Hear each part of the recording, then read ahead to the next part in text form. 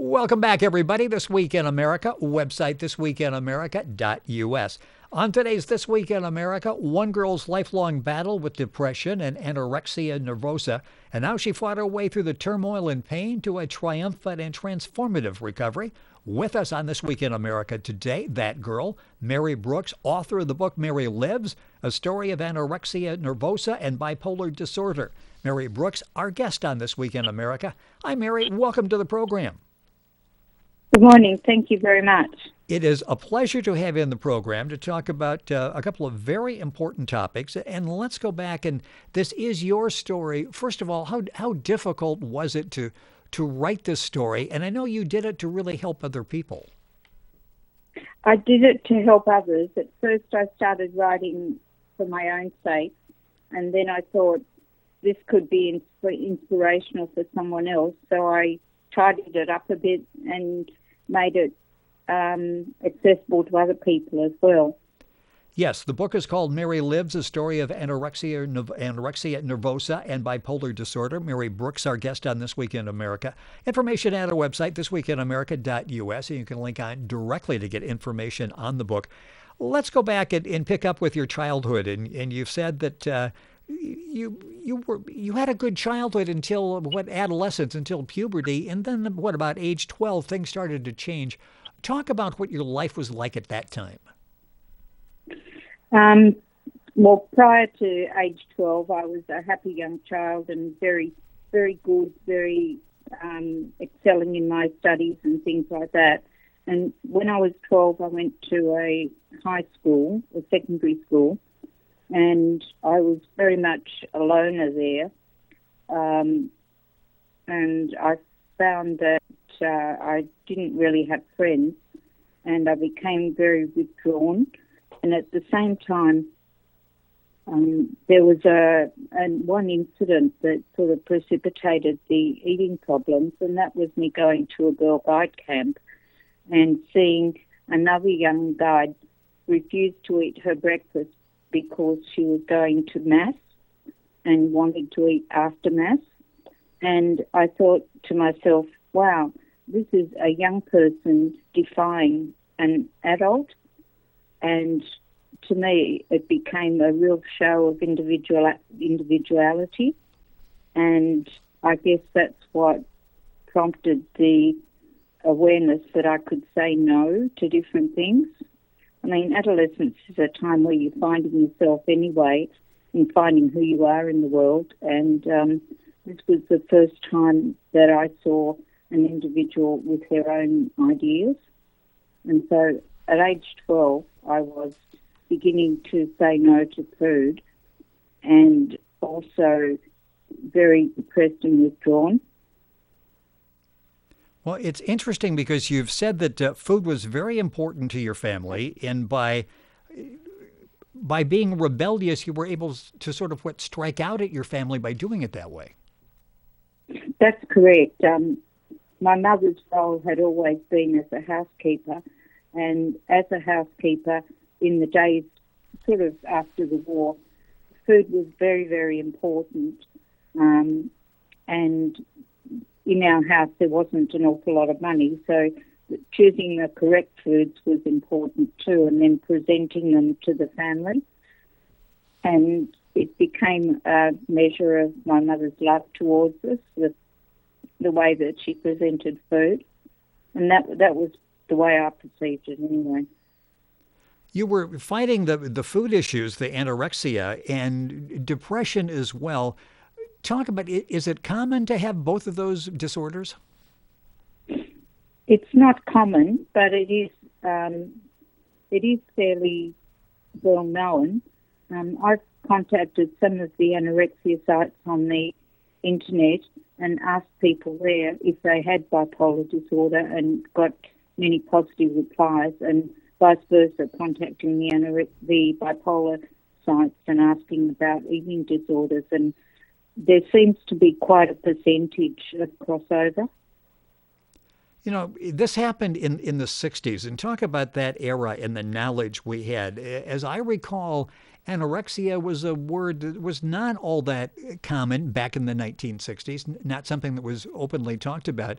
And even the case of being bipolar, it wasn't something you heard a lot about back then. Was that part of the issue in trying to get some type of treatment that people really didn't fully understand either of the disorders at the time? That's correct. My parents had never heard of the word, and nor had I until I was about 18. And I thought I was just being rebellious and quite evil to behave like this. I was upsetting my parents, and I was very religious, and I felt that I was striving to be perfect for my God, and perfection at that stage seemed to be denying all my needs and wants. It was a very mixed up sort of a child at the time. And so anorexia itself wasn't known. And then by the time I was diagnosed, the literature was very condemnatory. It sort of said this is young girls being bad, being naughty, saying no to food. And it also, at that time, depression was known, but there were very few mentions of bipolar disorder. And one of the reasons was the lack of treatment available too. Even for depression, there were only a few tricyclic antidepressants available at that stage. And this is, again, when I was about 18, not in the younger years, where I was just thought to be sad and withdrawn. You're listening to This Week in America. Our guest on the program is Mary Brooks, author of the book Mary Lives, a story of anorexia, nervosa, and bipolar disorder. The book's available all across the country. You can get information by linking onto our website, thisweekinamerica.us. The book's available at Ex Libris, Amazon, BarnesandNoble.com as well. And your parents during this period, probably not fully understanding the depth of the problem, they felt this was your problem, correct? That's correct. They certainly didn't own any of the problem themselves, whereas today the problem's considered to be a family problem, and the whole family is engaged in therapy for younger girls anyway. And at that time, that was exacerbating my own sense of guilt that I somehow was hurting my parents enormously.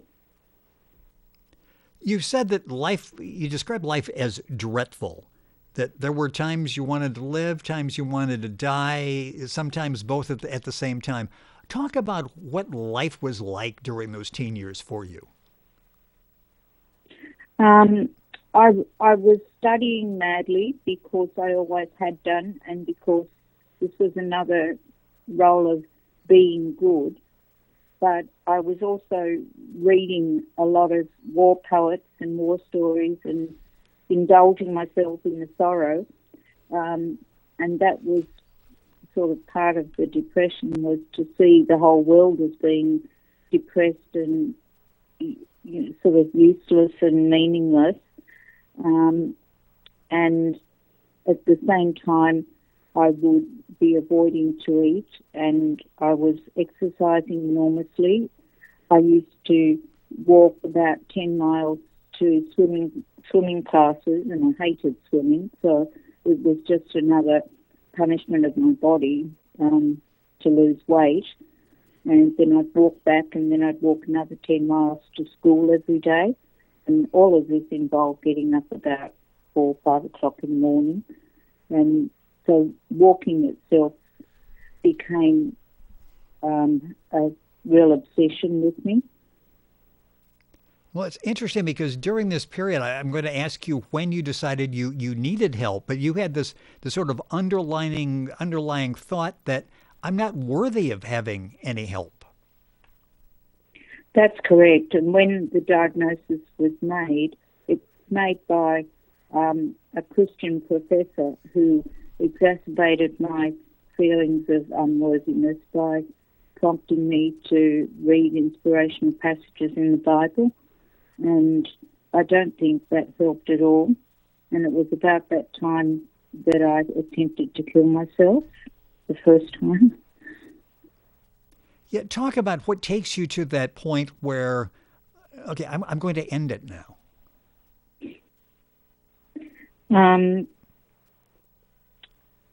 Or just the accumulating despair and, like you said before, not knowing whether life was worth living or not.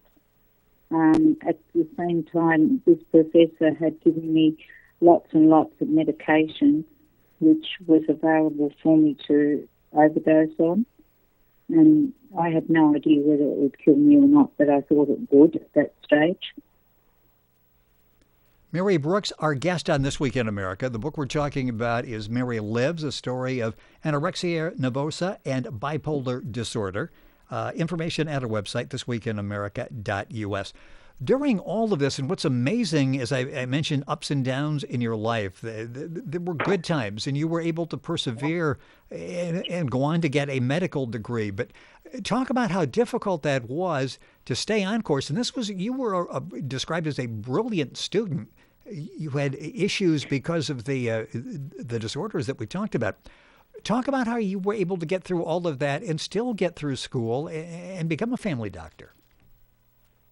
I really don't know. I did excel at school, and I did in the first year of university, and then the effect on my concentration and just my ability to persist with my work fell off, and my grades fell off too. But they started at a very high level, so when I say they fell off, they went down from high distinctions to credit, and then just to bare passes in the subjects. And I spent an awful lot of that time in hospital as well. And able to come out as a family doctor. I'm going to jump ahead just a little bit here because I'm thinking all of what you went through, all of the problems you had, would make you a better doctor. Did you find that was the case? Would make you a better listener and would prompt you to ask questions maybe other people would not ask because they did not have the same experiences that you had? Yes, that's true. When I first started in medicine as a general practitioner, I chose that field because it was an isolated field at the time where I had my own practice, and I still had overwhelming sense of inadequacy. And at the beginning, I had to convince myself that I was good enough. This came around the time that I had my first child because I also had to convince myself I was a good enough mother, and the two things came together.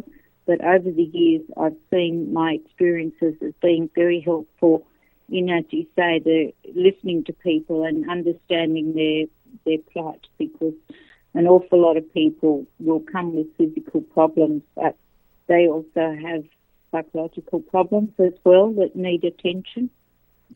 Even as you progress and you have a successful professional life, you have a personal life with the children that mean everything to you, you still go back to those adolescent days, and because of that, what you have a hard time determining that you're making the right decision. You're somewhat insecure in making decisions because of the adolescence problems. That's correct. It stayed with me right up to not the present time, but through many, many years. The thing that helped me most in that regard was some years of therapy with a really wonderful doctor who helped me to discover that I was a worthwhile person. In fact, to discover that I was a person at all, because in the years prior to that, I felt that I was a sexless object, a unicoid object rather than a person. And he helped me develop my sense of reality so that the two gelled together, both the having children and being a doctor and discovering who I really was. And that helped to diminish the inadequacy and the difficult making decisions. Let's talk about anorexia first. And is that something that over the course of your life you can put behind you. I think you use the word vigilant in the book, and the book is called Mary Lives, a Story of Anorexia Nervosa and Bipolar Disorder. Mary Brooks, our guest on This Week in America. You use the word vigilant.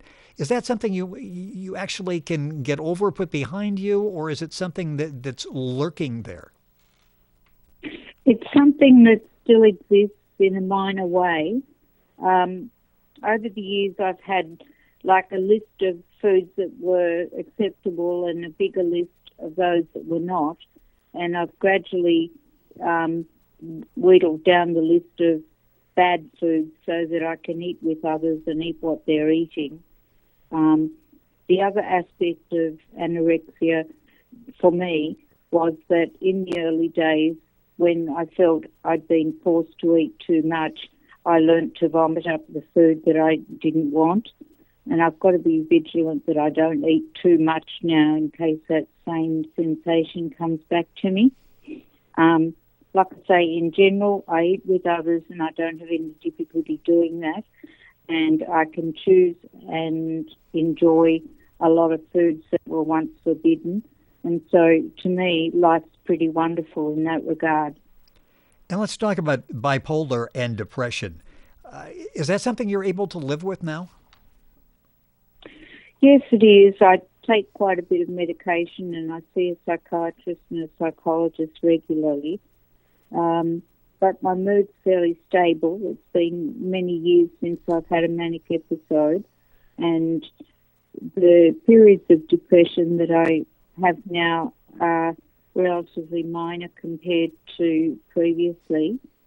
And they're probably a lot shorter too. So it hasn't completely eliminated that, but I can live with it. Talk about what you describe as manic episodes. You said that sometimes you used to long for the manic episodes, feeling powerful, indestructible, and then realize how much devastation they can cause. Talk about the power of that, the draw that would have on you. Well, from being inadequate and unable to make decisions, I suddenly became racing around doing an awful lot of things that I hadn't been able to do, booking myself into courses and paying for tickets at, or say, lectures and musical events, things that I could not have attended in the depressed stage. And at another time, I would have crafts that I suddenly became absolutely possessed with the need to buy up more and more material for these crafts, and to the extent that I've got a whole room full of materials for quilting and a whole collection of beads, which I'll never get through in 3 or 4 lifetimes. So it was the manic buying at that stage where I spent thousands of dollars on these things. But the excitement and the sense of I can do this, I can go places, I can overcome any sort of social anxiety, and that sort of sensation was very powerful and exciting. Yeah, and I sense that life is good for you now. Is that fair to say? Yes, it is. And with this book, and the book is called Mary Lives, a Story of Anorexia Nervosa and Bipolar Disorder. Mary Brooks, our guest on This Week in America. A couple minutes left in the program. By writing this book, that has to make you feel good that you're able to help other people out there who may be going through exactly what you were going through many years ago as a teenager. Yes, that's correct. And one of the important factors was having children, because for 20-odd years, I'd imagined myself totally infertile and unable to have children. And then suddenly, when my weight got to about 50 kilos, I started menstruating and got pregnant immediately. And I'd like to encourage other young people that their infertility is reversible at some stage if they get treatment. So that's a really important part of it. And also encouraging them that it's not the end of the earth. They're still themselves if they are anorexic, and they're still themselves when they gradually get better. So I find that a very, very worthwhile practice to be able to share with people. Got about a minute left in the program. Talk about the power of writing, not just writing this book, Mary Lives, but you've written a number of short stories, which we will talk about in the program in incoming weeks. Talk about the power of writing and what that's done for you. Writing's been very powerful because it helps me express myself and provides me with a potential audience for that. And it's like a hobby I can do in my own time and at my own pace without any expectation from other people. I don't have to match up to other people. I don't have to do things at a special rate for other people. It's just a sense of freedom. It's a powerful book. It's called Mary Lives, a story of anorexia nervosa and bipolar disorder. Mary Brooks is the author and our guest on This Week in America. The book is available at the usual places: Amazon, Ex Libris, BarnesandNoble.com. You can link on and get all the information by going to our website, thisweekinamerica.us. Mary, thank you so much for joining us on the program. It is a powerful book. I think you're going to be able to help a number of people that are going through difficult circumstances now. And as I said in talking with Mary, going through all of this, the ups and the downs, ended up with the family, becoming a family doctor, and being able now to help other people.